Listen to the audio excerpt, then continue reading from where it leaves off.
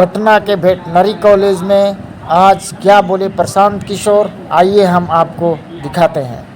एक आंकड़ा याद रखिए, यहाँ समाजवाद की सरकार चली है, सामाजिक न्याय का बात हुआ है, लेकिन बिहार में 100 में 60 आदमी, 100 में 60 लोग भूमिहीन हैं, उनके पास जमीन नहीं है। पूरे देश में 100 में सिर्फ 38 आदमी के पास जमीन नहीं है, लेकिन बिहार में भूमि सुधार लागू नहीं होने की वजह से 100 में 60 आदमी भूमिहीन है। इसलिए जल सुराज का एजेंडा है कि अगर किसानों का जीवन सुधारना है तो सबसे पहले भूमि सुधार लागू करना है। और दूसरी बात, मजदूरी। खेती को, बिहार का जो खेती है वो खाने वाला खेती है, इसको कमाने वाला खेती अगर बनाना है तो लोगों को मदद देनी पड़ेगी। गांव देहात में हम लोग क्या करते हैं, लोग कहता है कि भैया कटिया करने आए हैं, कमाने के लिए लुधियाना जाएंगे, रोपनी करने आए हैं, कमाने के लिए गुजरात जाएंगे। आदमी खेती करने आया है, कहता है कि हम खाने के व्यवस्था करने आए हैं, कमाने के लिए बाहर जाएंगे। तो इस व्यवस्था को बदलने के लिए जल सुराज का मंत्र है कि खाने वाली खेती नहीं, कमाने वाला खेती होना चाहिए।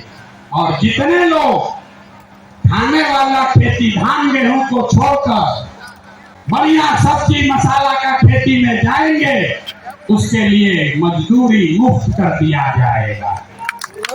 अब आदमी कहेगा कि भैया पैसा कैसे आएगा, जैसे पढ़ाई का आपको पैसा का रास्ता बताए, युवाओं को रोजगार का पैसा का रास्ता बताए, बुजुर्गों के पेंशन का पैसा का रास्ता बताया, तो वैसे ही आपको बता रहे हैं कि किसानों के लिए मजदूर मुफ्त कैसे मिलेगा।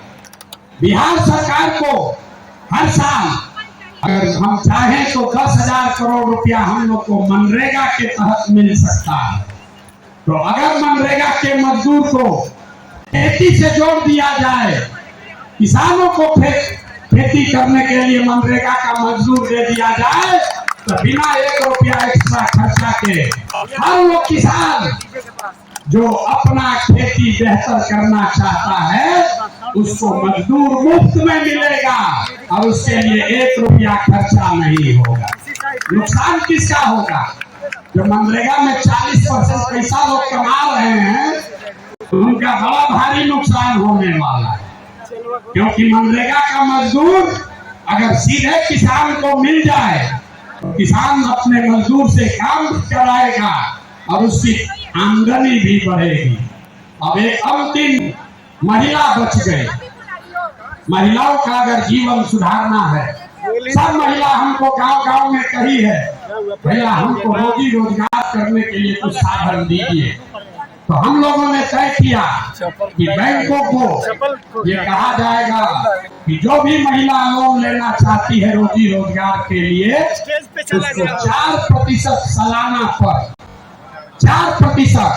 अभी जो जीविका वाला चल रहा है इसमें 2-2.5% महीना का लगता है, सालाना 30% ब्याज। और हम लोग कह रहे हैं कि सिर्फ 4% सालाना पर हर वो महिला जो कोई ना कोई रोजी रोजगार करना चाहती है उसको सरकारी गारंटी पर लोन दिया जाएगा और बाकी का 6% सरकार देगी। होना चाहिए ना भाई? होना चाहिए। एक बार जरा हाथ उठाकर बताइए, पांचों एजेंडा पास कर रहे हैं ना? पांचों एजेंडा पास कर रहे हैं ना? इसको आगे बढ़ाया जाए ना? ये पांचों से भला होगा ना बिहार का? जिसको ना बोलना है ना बोलो, बोलिए हटना चाहिए कि नहीं हटना चाहिए? हटना चाहिए। हम ये नहीं कह रहे कि शिक्षा व्यवस्था बनाएंगे, उसका रास्ता भी आपको बता रहे हैं। 5 लाख करोड़ रुपया जुटाएंगे इसी बिहार से और ऐसी शिक्षा व्यवस्था बनाएंगे कि पूरे देश से लोग जैसे नालंदा विक्रमशिला में पढ़ने आते थे वैसे यहीं पर पढ़ने आएंगे, तभी बिहार ज्ञान का भूमि फिर से बनेगा। होना चाहिए ना? होना चाहिए। एक बार जोर से ताली बजाइए तो, बजाइए जोर से ताली। ना हुआ। अरे अपने बच्चों की शिक्षा व्यवस्था के लिए आप इतना ताली भी नहीं बजा रहे हो यार, जोर से बजाइए ताली। इस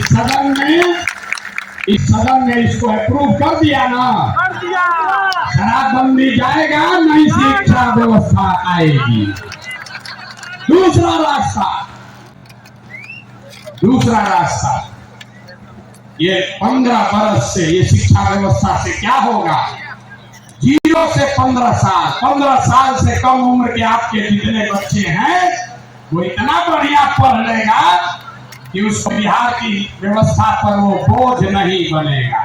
हम लोग सरकारी विद्यालय में पढ़े हैं, लेकिन हमको नाली गली नहीं चाहिए, हमको अनाज सरकार से मुफ्त में नहीं चाहिए, क्योंकि हम अपने पैर पर काबिल हो गए। तो पहला लक्ष्य है कि 15 साल से कम उम्र के बच्चों के लिए इतनी अच्छी शिक्षा व्यवस्था बना दी जाए कि आने वाली पीढ़ी में कोई बच्चा बिहार की व्यवस्था पर बोझ न बने। लेकिन जो 15 साल से ज्यादा हो गया, अब तो कैसे पढ़ेगा वापस?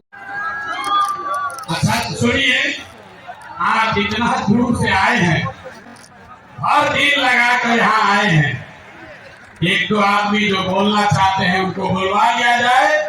आपकी अनुमति है कि हम ही से सुनिएगा। फिर देखिए बहुत सीनियर लोग बैठे हैं। हम बोलते हैं तो लोग कहता है तो प्रशांत किशोर है, दूसरा नेता कहाँ है? आई देख रहे हैं कि पीछे उस कोने से लेकर इस कोने तक बिहार का 5000 से ज्यादा नेता, 5000 से ज्यादा नेता, तो सब आदमी यहाँ आया हो।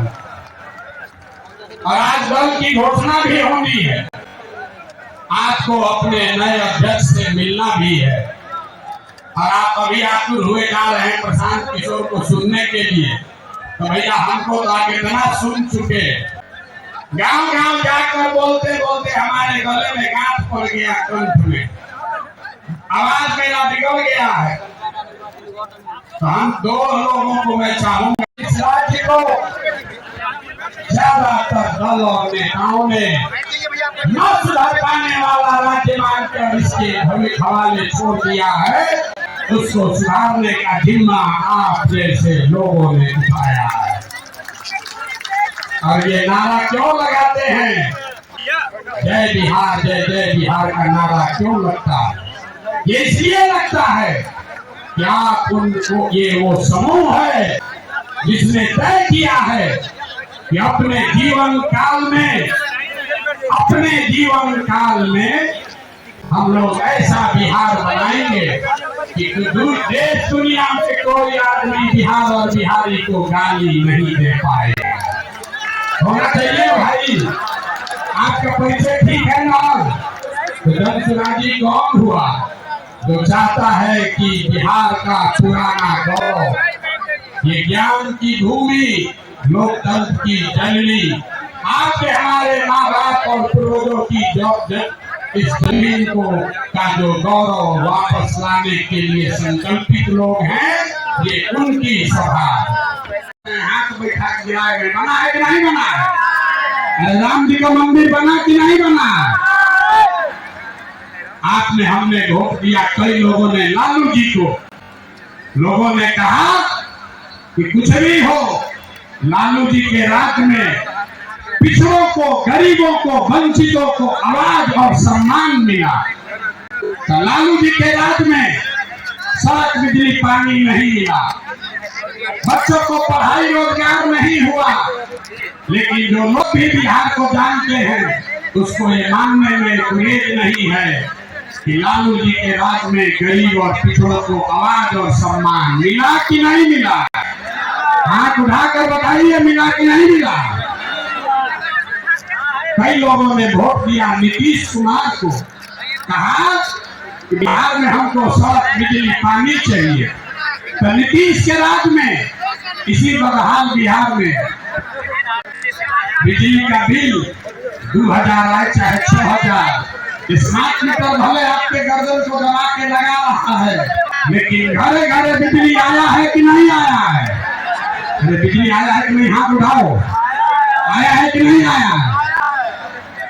आपने हमने वोट दिया मोदी जी को सिलेंडर के लालच में, तो यहाँ पर सिलेंडर का दाम 1000 हो कि 1200, घरे घरे सिलेंडर बता है कि नहीं बता है? अरे बता है कि नहीं बता है? यहाँ का आदमी कहने पर बोलता है, बोलिए बता है कि नहीं बता है?